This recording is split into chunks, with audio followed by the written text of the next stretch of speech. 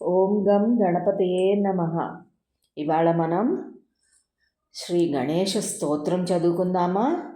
ఏకదంతం మహాకాయం తత్పగాంచన సన్నిభం లంబోదరం విశాలాక్షం వందేహం గణనాయకం మౌజీకృష్ణాంజనధరం నాగయజ్ఞోపవీతినం బాలేందుసకలం మౌళౌ వందేహం గణనాయకం చిత్రరత్నవిచిత్రాంగం చిత్రమాలా విభూషితం కామరూపధరం దేవం కృష్ణం వందే జగద్గురుం గజవక్రం చ సురజ్యేష్టం కర్ణచామరభూషితం పాశాంకుశధరం దేవం వందేహం గణనాయకం మూషికోత్తమమారుహ్య దేవాసురమహాహవే యోద్ధుగామం మహావీర్యం వందేహం గణనాయకం యక్షకిన్నరగంధర్వసిద్ధవిద్యాధరైः సదా స్తూయమానం మహాబాహుం వందేహం గణనాయకం అంబికాహృదయానందం మాతృభిः పరివేష్టితం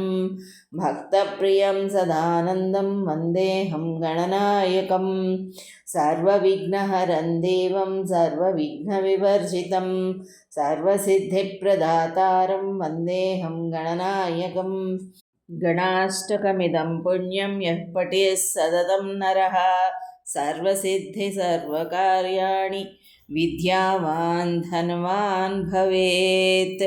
సర్వం శ్రీకృష్ణార్పణమస్తు.